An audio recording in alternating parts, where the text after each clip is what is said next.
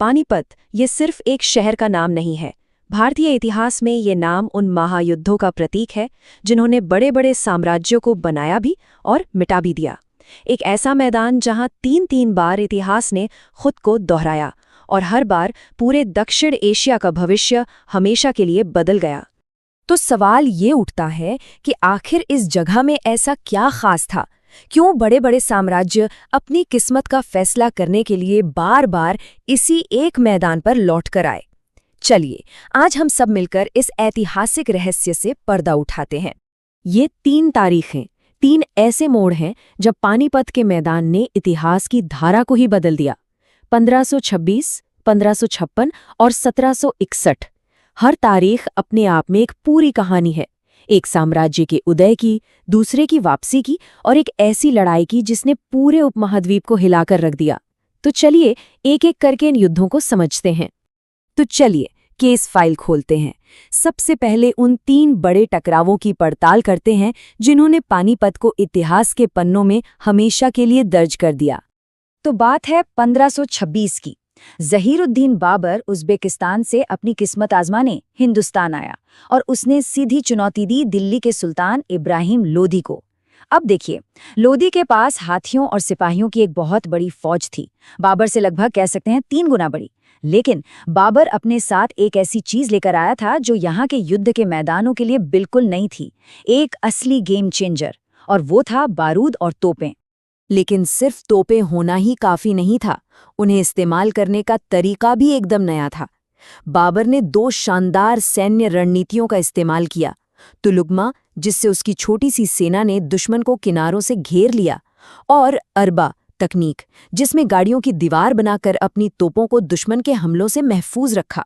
नतीजा, लोदी की विशाल सेना घिर गई और तोपों के सामने पूरी तरह बिखर गई। ये पारंपरिक युद्ध शैली पर तकनीक और रणनीति की एक जबरदस्त जीत थी। और इसका नतीजा क्या निकला? इब्राहिम लोदी जंग के मैदान में मारा गया और भारत में मुगल साम्राज्य की नींव पड़ी, जिसने अगले कई 100 सालों तक इस उपमहाद्वीप पर राज किया। ठीक 30 साल बाद इतिहास एक बार फिर खुद को दोहराने के लिए पानीपत लौट आया। मुगल शासक हुमायूं की अचानक मौत से जो खालीपन आया, उसे हिंदू शासक सम्राट हेमचंद्र विक्रमादित्य यानी हेमू ने दिल्ली पर कब्जा करके भर दिया।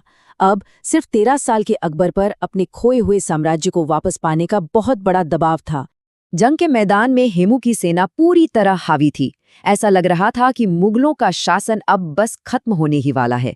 लेकिन तभी किस्मत ने एक ऐसा पासा फेंका जिसने सब कुछ बदल दिया। एक अकेला तीर सीधा हेमू की आंख में जा लगा। वो बेहोश होकर गिर पड़ा और अपने लीडर को गिरता देख उसकी सेना में भगदड़ मच गई। सोचिए जरा, एक तीर ने इतिहास की दिशा ही बदल दी। एक पक्की जीत हार में बदल गई, और इसी एक पल की बदौलत मुगलों ने न सिर्फ दिल्ली पर फिर से कब्जा किया, बल्कि भारत में अपने शासन को अगले 300 सालों के लिए मजबूत कर लिया।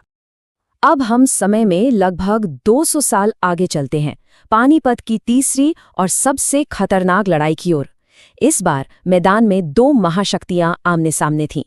उत्तर भारत में तेजी से फैलता मराठा साम्राज्य और अफगानिस्तान का हमलावर अहमद शाह अब्दाली। ये कोई छोटी मोटी झड़प बिल्कुल नहीं थी। ये 18वीं सदी के सबसे बड़े युद्धों में से एक था। मैदान पर 1,25,000 से ज्यादा सैनिक मौजूद थे। ये उस जमाने के कई शहरों की कुल आबादी से भी ज्यादा था। आप इसी से अंदाजा लगा सकते हैं कि ये टकराव कितना बड़ा था। मराठों ने बहुत बहादुरी से लड़ाई लड़ी, लेकिन आखिरकार वो हार गए। पर असल त्रासदी तो जंग के बाद हुई। अगले ही दिन करीब 40,000 मराठा कैदियों और आम लोगों को बड़ी बेरहमी से मार डाला गया। इसी घटना ने पानीपत को हमेशा के लिए एक किलिंग फील्ड यानी मौत का मैदान का नाम दे दिया। इस भयानक हार का असर बहुत गहरा हुआ। इसने उत्तर भारत में मराठा साम्राज्य के विस्तार पर लगभग 1 दशक के लिए ब्रेक लगा दिया, और इस हार से जो राजनीतिक खालीपन पैदा हुआ, उसने अनजाने में एक और ताकत के लिए रास्ता खोल दिया, जो मौके की तलाश में थी, ब्रिटिश ईस्ट इंडिया कंपनी।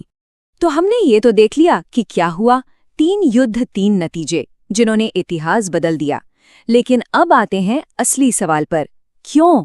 आखिर ये सब कुछ पानीपत में ही क्यों हुआ? जवाब, जैसा कि हम देखेंगे, जमीन में ही छिपा है। चलिए एक बार फिर अपने मूल सवाल पर लौटते हैं।